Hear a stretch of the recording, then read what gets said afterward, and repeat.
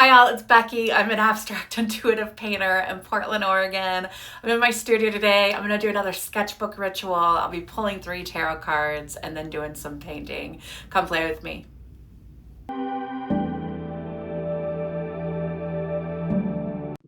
Okay, let's do another sketchbook ritual interpretation. So I pulled 3 cards again this time.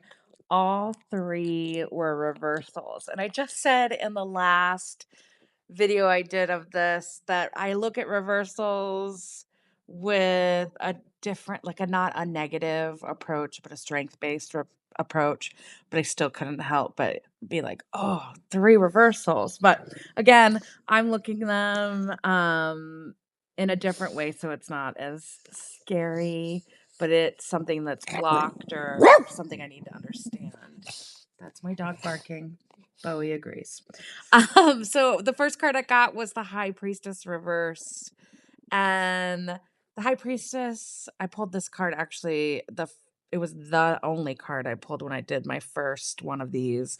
And I said it was perfect because it's about intuition. And my painting practice is all about intuition.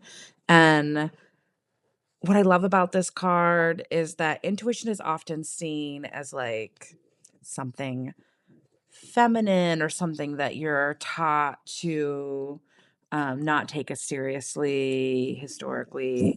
The High Priestess is, I just really like interpreting it with a feminist lens. So she's usually associated with the moon and the element of water. And I love that I am claiming my intuition. I think intuition is really powerful and not something for us to ignore. My dog agrees. So one of the ways to look at it in regards to a reversal is that maybe there's some blocked intuition right now. What is causing me to distrust myself? And I will be honest, I came into today's practice um not in a bad mood, but feeling overwhelmed. And I knew that this practice and taking the time to do this would be really fulfilling for me. But I'm wondering if that's tied to this pull. I'm just overthinking, which I tend to do a lot. So second guessing my instincts, intellectualizing my emotions. It could be related to that as well, which both feel really relevant right now. So it's just a reminder my intuition is not broken. And what can I listen to and what's coming up for me right now? So, yeah. What systems have taught me not to listen to my intuition? Ha, there's so many. Anyway, so my second card is the King of Swords reversed. And this card is often related to air signs, of which my sun is one. I'm an Aquarius. And it's related to thought and communication and truth. And so, and it's actually really heavily related to Aquarius energy, visionary thinking, independence, ideological thinking, which is all something that uh it's very resonant for me. So air, it could be blocked energy because I'm overthinking, because I'm feeling disembodied. It appears often when I'm feeling overburdened or I'm being really harshly self-critical to myself. And I think that that also fits really well. I'm the lighting, I couldn't get the lighting right for this video, and I'm a perfectionist when it comes to a lot of things, including the taping of these videos, and it's just a cloudy day and the lighting wasn't working, and I've just decided I'm gonna show up the way I am, the best I am, and here I am. So, uh I also love the idea of thinking about this with I don't have to prove my worth.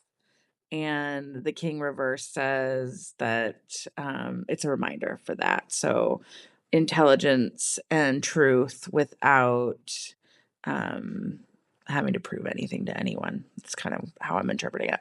Queen of Wands reversed is so the Queen of Wands is really a charismatic archetype, really self-expressive and embodied, and confidence, passion, creativity. Often you see this card with like sunflowers representing joy and vitality. It's represented by fire signs, especially the Leo energy, which is, if you're looking at the Aquarius of the last card, Leo is the exact opposite on the tarot. And so I think that's really interesting to think about in reversal of the fire that's really outward performing. This as a reversal could be that I'm turning really inward and maybe having some insecurity and low confidence, and asking myself, what does it cost to be more visible? What am I afraid of in being more visible? And why do I have to feel that I have to show up in this really perfect way? And yeah, I think just giving myself too much scrutiny and my constant fear of being too much and too loud. And I've done so much work around this, but it still shows up. So it also can be related often to being depleted or burnout, again, uncertainty, fear of taking up too much space, which, again, if I'm thinking about this with a feminist perspective, ain't that the truth? So my worth does not decrease when I start performing for others, is how I'm interpreting this. And so just by showing up kind of is, I'm worthy enough.